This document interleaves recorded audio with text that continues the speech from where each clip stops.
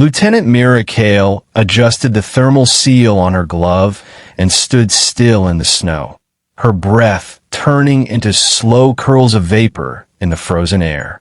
Tarsus, 7 sprawled before her in absolute silence, a world carved in ice and stillness, unclaimed by any warmth save for the bond between her and the wolf who padded at her side.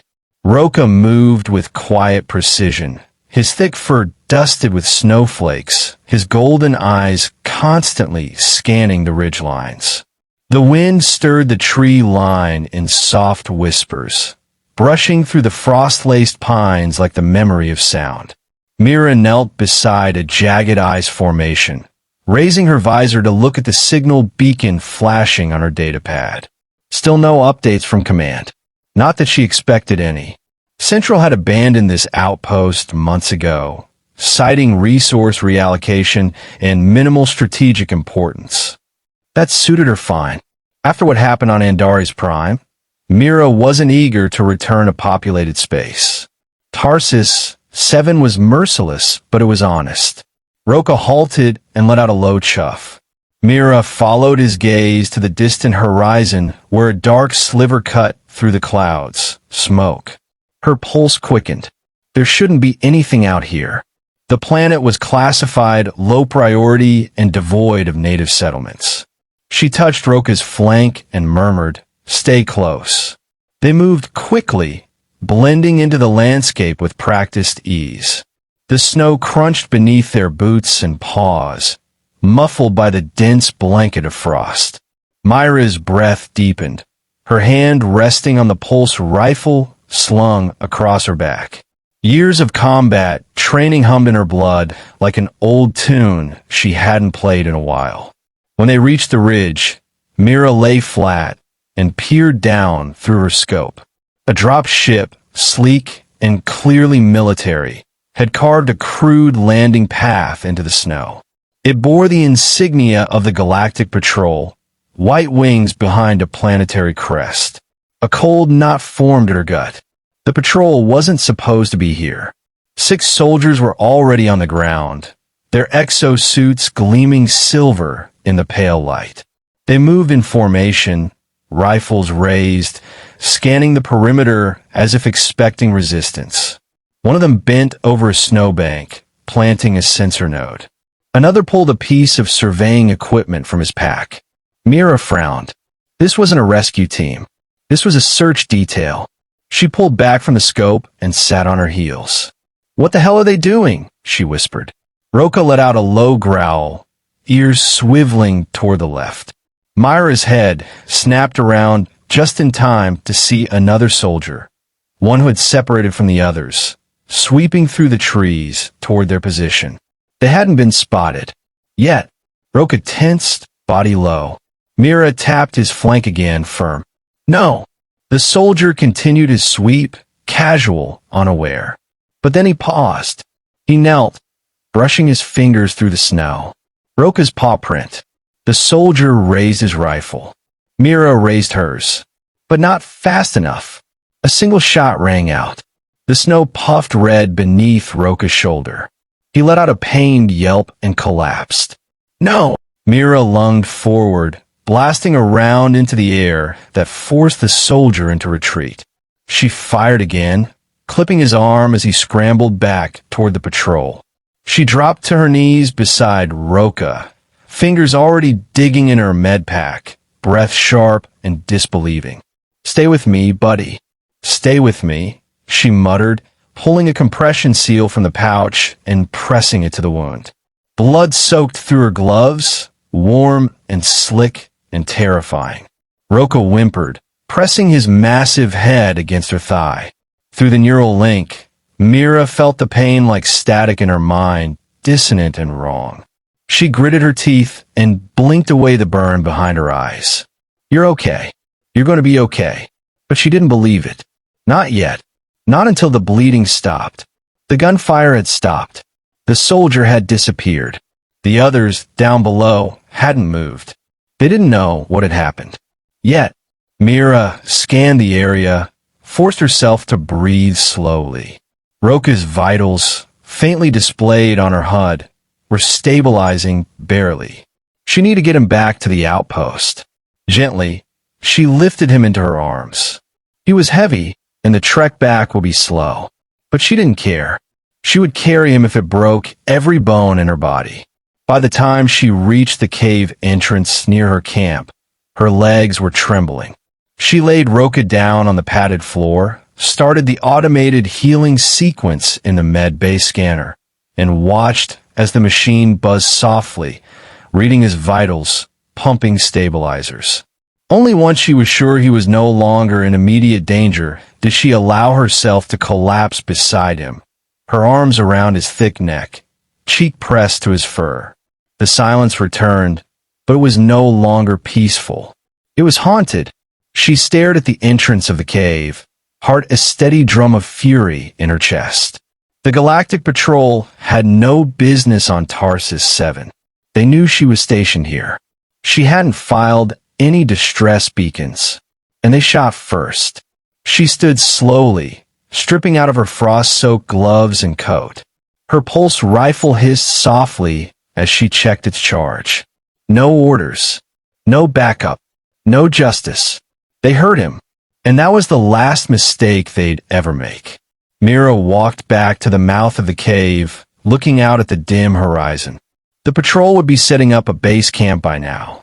They'd finish their sweep, file their reports, and leave without ever knowing who lived here, who they had just declared war on.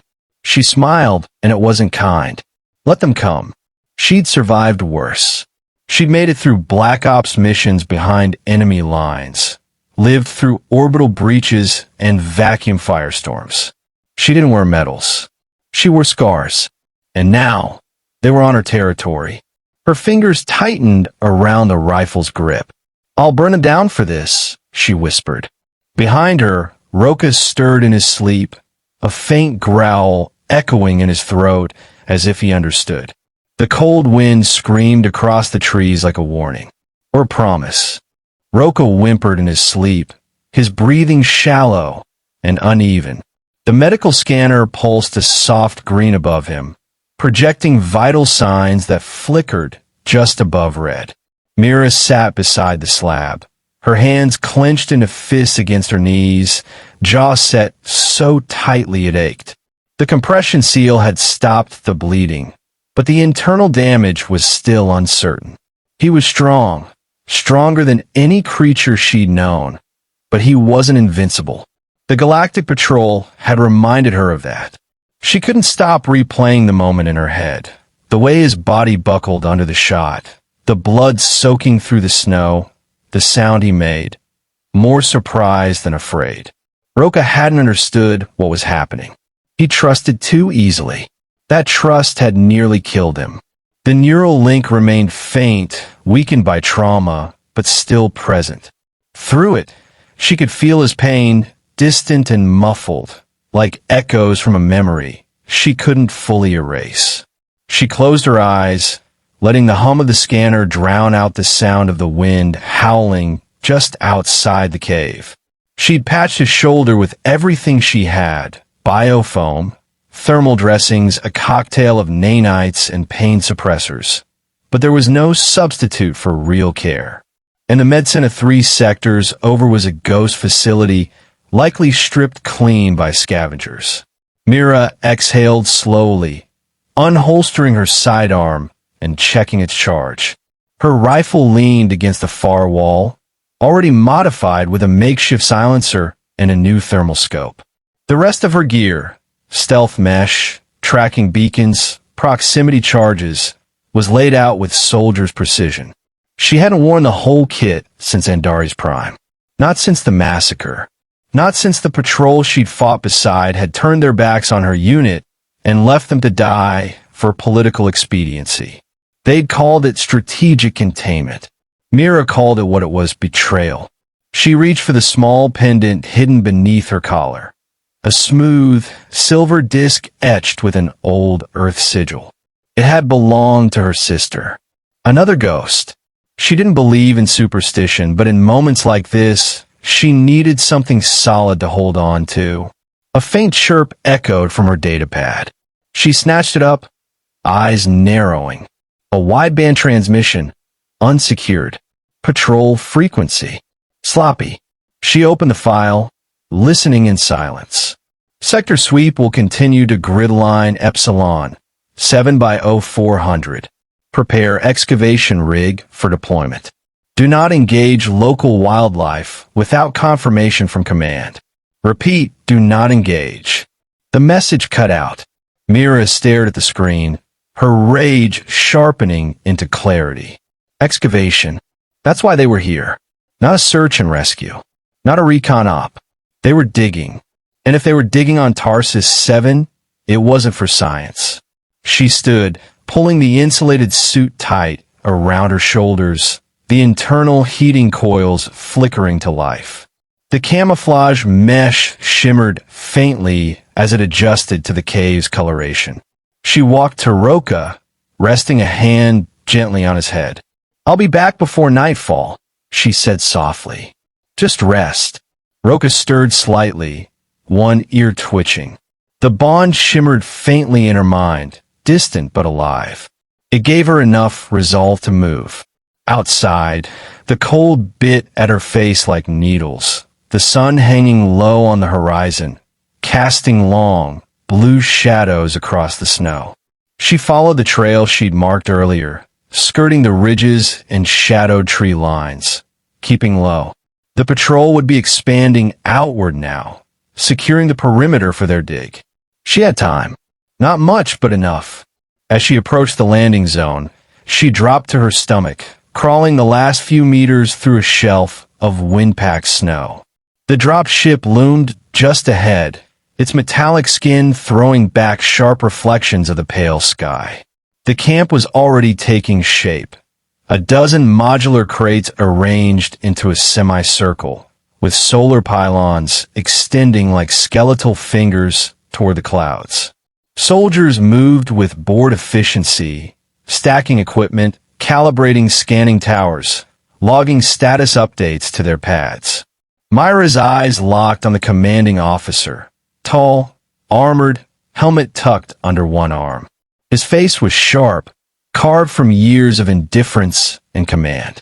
Commander Ryan Voss. She recognized him instantly.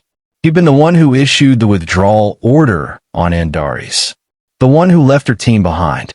The burner chest returned, molten and suffocating. She pressed her body deeper into the snow and listened. Voss was speaking to his lieutenant. "I don't care what the manifest says. We're not here to preserve anything. That signal spike proves there's something under the ice. Could be progenitor tech. If it is, we're not leaving until it's in orbit." The lieutenant hesitated. "This area is protected under interstellar law. Kael's outpost falls within the exclusion zone." Voss snorted. "Kael's just a ghost with a badge. Central buried her assignment on purpose. If she's still breathing, it's a mistake I'll correct shortly." Mira's heartbeat slowed. Controlled. Deliberate. Her body, wired for reaction, began to catalog every detail. Weapon placements, line of sight, wind speed, exits. She wasn't going to kill them now. Not yet. But she would remind them what happened when ghosts rose. She retreated silently, pausing only to tag the landing site with a long-range beacon. If it moved, she'd know. By the time she returned to the cave, the sun was a dying ember behind the mountains. Roka lifted his head weakly at her arrival. She dropped to her knees beside him, brushing the fur from his eyes. "They're not here by accident," she said, voice tight. "They're digging for something. Something old. And they know we're out here." Roka whined, the sound soft, resigned. Through the link, Mira felt a flicker of fear, but also trust. Complete and unwavering. She stood and began reassembling her gear. If Voss was leading this mission, there would be no diplomacy. No retreat. She'd seen what he was capable of. The way he gave orders like signing death warrants. This wasn't a confrontation. It was an execution waiting to happen. But not for her. She was done watching good lives vanish because of bureaucracy and blind arrogance. She reached for a small storage case, tucked behind the med station. Inside were the remains of her field-grade stealth armor. Charcoal polymer plates, neural dampeners, a visor with encrypted tactical overlay. She hadn't worn it in years, but it still fit like memory.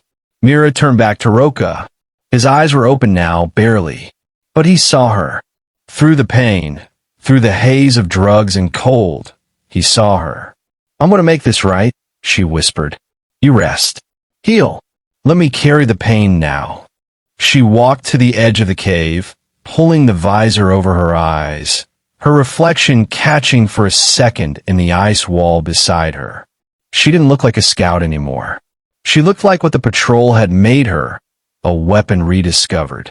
As the storm rolled in over the horizon, she stepped into it without hesitation, leaving behind the warmth of the cave and the only being who had ever known her without fear.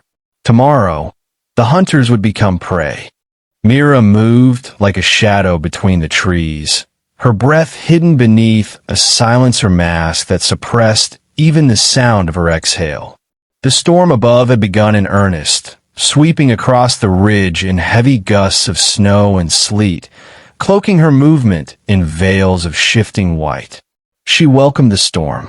It made her invisible, gave her time, and stole the patrol's advantage. Through the scope of her rifle, she watched the camp adjust to the weather. The perimeter lights flickered in the wind, their sensors partially blinded by interference. The patrol units now moved in pairs, forming tighter patrol circles. But their formations were flawed, too rigid, too confident.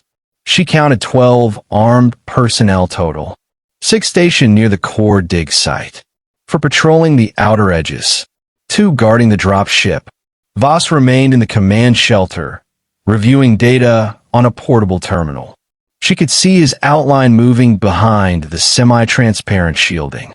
The same man who had abandoned her team now hunted this planet's secrets with the same careless ambition. Mira's eyes narrowed. He hadn't changed, and she hadn't forgotten.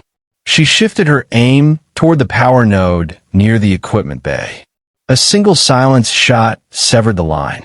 Sparks danced briefly in the dark before the grid flickered out on the western side of the camp. Confusion rippled through the soldiers. Radios buzzed. Orders were barked.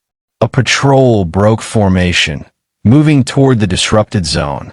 Mira was already gone. She slipped into their path and planted a charge beneath the snow.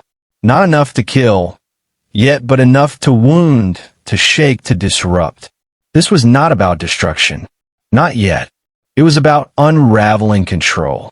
The charge detonated with a dull whomp, snow and earth erupting beneath one soldier's legs. He screamed, body flung backward into a tree. His partner knelt beside him, fumbling for a med kit, unaware of the red laser pulsing against his shoulder. Mira let him live. For now. She needed him afraid, not dead. She retreated again, circling wide until she reached the northern edge, where a secondary dig was being prepared. A reinforced storage crate sat half-buried, partially open to reveal ancient metal beneath layers of ice. Her heart stuttered. The markings weren't standard. They weren't even Terran. The progenitors. So the rumors were true. This place held remnants of a civilization long thought extinct, beings who'd vanished millennia ago after shaping the stars.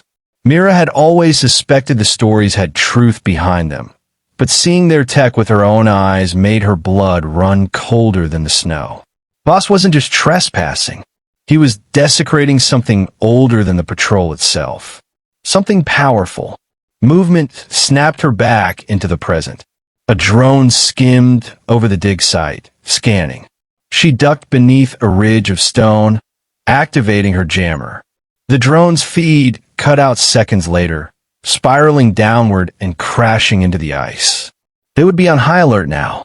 She moved to higher ground, crouching inside a hollowed-out tree, trunk half-buried under years of snowfall. From there, she watched the camp respond, more frantic now, more afraid. Voss emerged from the shelter, shouting orders directly. His calm veneer was gone, replaced by that familiar desperation. He knew someone was out there. He just didn't know who. That was about to change. Mira tapped a sequence in her wrist console. Back at the cave, the encrypted relay she'd buried under the outpost's old signal mast came online. It pulsed once, an ancient, forgotten code known only to Black Ops units from a decade past. One word: vengeance. It wasn't a call for backup. It was a signature, a message. Mira Kael was alive, and Voss would know exactly what that meant. By the time she returned to her fallback point, the camp had doubled its perimeter scans. Floodlights swept the hills. Drones buzzed like insects. Soldiers muttered to each other beneath their breath. Voss stood alone at the edge of the landing pad, his visor dark, mouth tight. He turned slowly, scanning the tree line as if he could feel her watching. She let him. His voice cracked through the wind, amplified by a speaker embedded in his collar. "Kael, I know you're out there." She didn't move. "You're making a mistake. This doesn't have to go any further. The Progenitor vault belongs to Central. You don't need to die for a frozen rock." Mira crouched lower, fingers brushing the sidearm at her hip. She didn't need to answer him. She didn't owe him a word. The vault didn't belong to Central. It belonged to no one. Voss raised his chin slightly. "We both know what happened on Andares wasn't my call." Her heart pounded. "Lies. Always the lies. You want closure?" He continued. "Come out. Face me. Or you'll spend the rest of your life playing ghost in the snow." A flicker of movement caught her eye. Behind Voss, one of his soldiers, Lieutenant Merrick, was staring up at the storage crate from earlier, the one with the alien etchings. He knelt, touched something near the edge. The crate pulsed. Myra's eyes widened. The crate wasn't just a relic. It was active. A low vibration trembled through the ground beneath her boots. Not mechanical, not natural, resonant. The way subspace reactors sounded just before they ruptured. Voss turned as Merrick fell backward, eyes wide with terror. The markings on the crate lit up with a slow, rhythmic glow. "Shut it down," Voss barked, but it was too late. The structure beneath the ice began to rise, slabs of dark, alien metal pressing upward as if breathing for the first time in centuries. A faint, choral hum emanated from the core, so deep it felt like a second heartbeat inside Myra's chest. The soldiers backed away, weapons raised. Mira stared, transfixed. The Progenitor technology hadn't been dormant. It had been waiting, and now it was awake. She activated her recorder and fed the data into her suit's archive. Whatever came next, the evidence had to survive, even if she didn't. Then the link to Roka stirred. Weak but there. A pulse of alarm. He had felt it too. She turned from the rise of alien metal and began moving back toward the cave, urgency in every step. Voss had no idea what he'd just awakened. He thought she was the threat. He had no concept of what real power looked like. Let him chase ghosts. Mira had something more important to protect. And as the vault continued to rise behind her, the ice cracking like thunder, she knew this wasn't just about vengeance anymore. It was about stopping something before it tore open the sky. Mira descended the ice slope in controlled bursts, boots cutting into the crusted snow, wind clawing at her faceplate. Her visor's display lit up with warnings, seismic fluctuations, energy surges, biofield interference, filling her view with red and amber glyphs. She muted them. The only priority now was Roka. She reached the cave's entrance just as the tremors intensified. A low, vibrating hum resonated through the mountainside, the snow above shedding in soft sheets. The Progenitor structure had begun some kind of activation cycle, and it was accelerating. Whatever Voss had disturbed was no mere artifact. It was infrastructure. a facility, possibly even a weapon.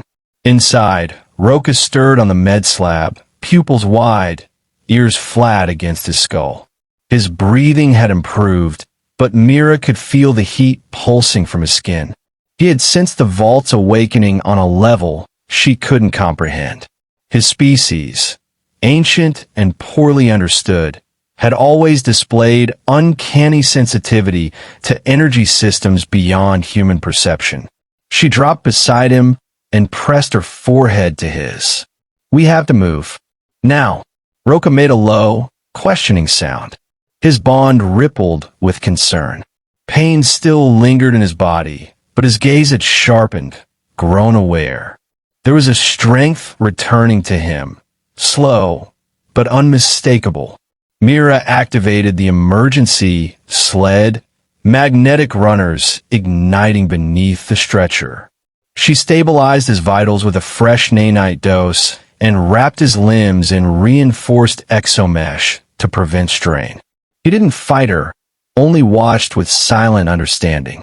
When she stepped outside again, the sky above had darkened, not with clouds, but with a swirling aurora of deep violet and blue, spiraling like a wound torn through the atmosphere. It wasn't natural. Energy bled from the Progenitor vault in waves, disrupting magnetic fields, electrifying the very air. She pushed the sled across the ridgeline, each meter harder than the last. Cold gnawed her joints, but she forced her limbs to keep moving. She had mapped an extraction route weeks ago, one that led toward the lowlands where her ship remained hidden beneath an artificial ice sheet. If she could get there, if the path wasn't blocked.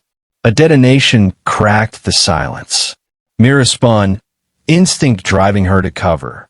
100 meters to her left, flame and debris scattered from the trees.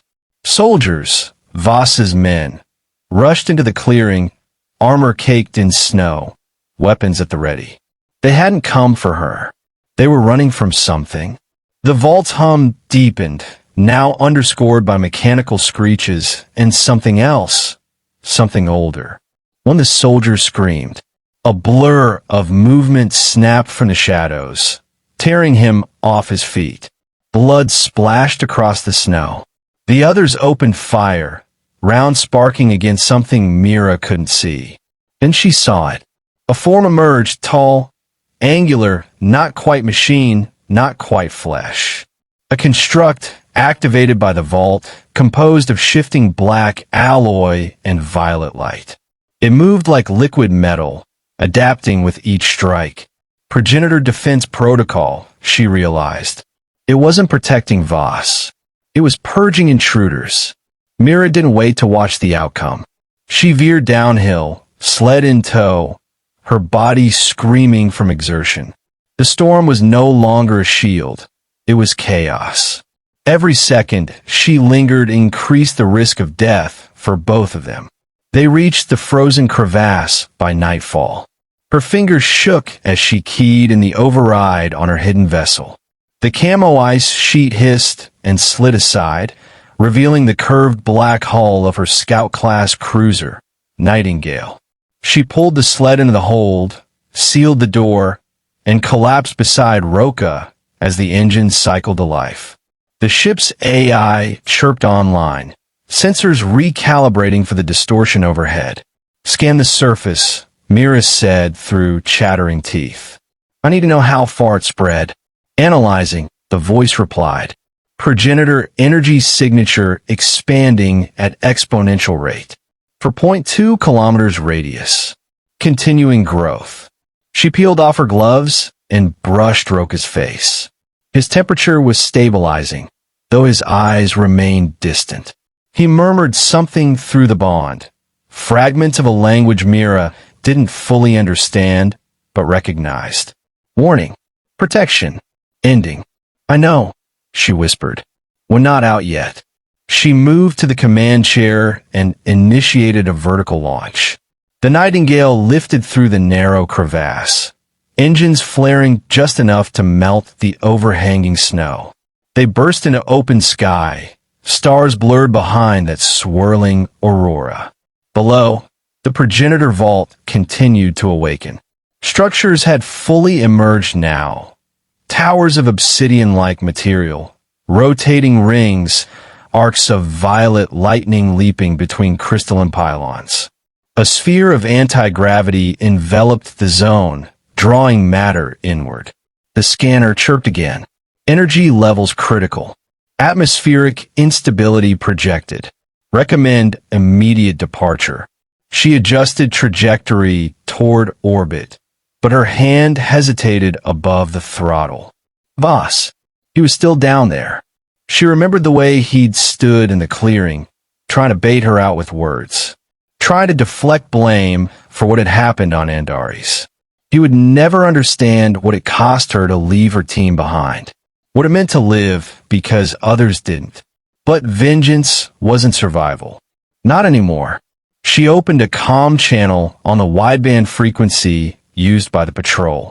Her voice was steady. This is Kael. The vault is active. Your team is compromised. Withdraw or be erased. Silence for a moment. Then a crackling response. Voss's voice hoarse. Kael, you don't understand. This tech, it's rewriting the laws of physics. We have to secure it. You won't, she said. If you stay, it will consume you. Another pause. Then just static. She cut the channel. The Nightingale broke the upper atmosphere, passing through turbulence and into the vacuum. The Aurora pulsed behind them like a dying star, but the ship held. She programmed an automated satellite to maintain a fixed orbit and continue recording the vault's activity. As the stars sharpened and the system's twin moons came into view, Mira finally turned from the controls. Roka blinked at her, chest rising evenly. His bond pulsed with something different now, not alarm, not confusion. Peace. She sat beside him, pressing her hand to his. We survived, she said. Again. Roka exhaled slowly, his warmth anchoring her in a way nothing else could. She didn't know what the Progenitor structure would become. A beacon? A trap? Perhaps even a warning left behind for those too blind to learn from history. But for now, she had done what mattered. She had protected what was hers. Outside, space stretched silent and cold, endless as memory. The war wasn't over. The patrol would return, and others with even more greed would follow. But Mira Kael was no longer a ghost. She was fire buried in snow, light beneath ruin, and she would be ready.